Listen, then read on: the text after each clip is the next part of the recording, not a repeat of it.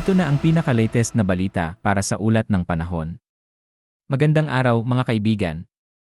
Ito ang pinakabagong balita para sa ulat ng panahon sa araw na ito, Miyerkules, ika-6 ng buwan ng Nobyembre, taong 2025. Bagyong Tino tuluyan ng lumabas ng Philippine Area of Responsibility kaninang madaling araw, sa oras na alas 12:30 araw ng Miyerkules. Sa ngayon, wala nang magiging direktang epekto sa bansa si Bagyong Tino. Mas bumilis pa ang kilos ng bagyong si Tino patungong kanluran at tinutumbok na nito ngayon ang east coast ng bansang Vietnam. Sa ngayon, inalis na rin ang gale warning o babala sa malalaking alon sa mga dalampasigan ng bansa.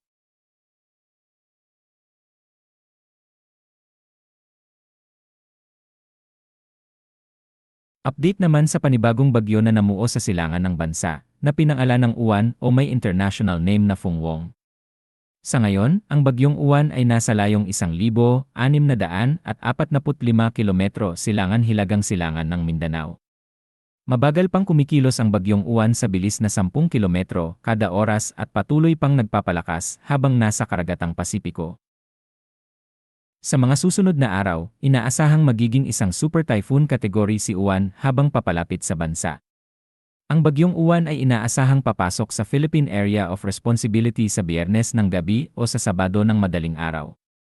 Ang bagong bagyo na si Uwan ay inaasahang tutumbukin ang hilagang parte ng bansa, partikular sa hilagang Luzon. Maaaring tumama ito sa probinsya ng Aurora o Isabela.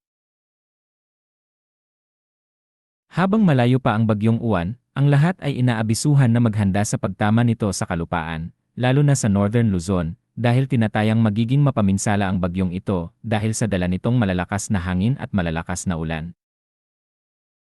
Sa kasalukuyan, ang nakaapekto sa bansa ay ang northeast monsoon o hangin na amihan. Makakaranas nito ang hilagang parte ng Luzon, lalo na sa Batanes Group of Islands, na may manakanakang pag-ulan, lalo na sa hapon at gabi.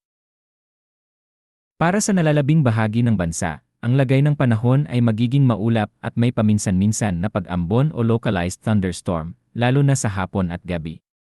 Tinatayang mababa naman ang tsansa ng pag-ulan sa ibang parte ng bansa. Para sa mga susunod na update, manatiling sumubaybay sa mga ulat ng panahon.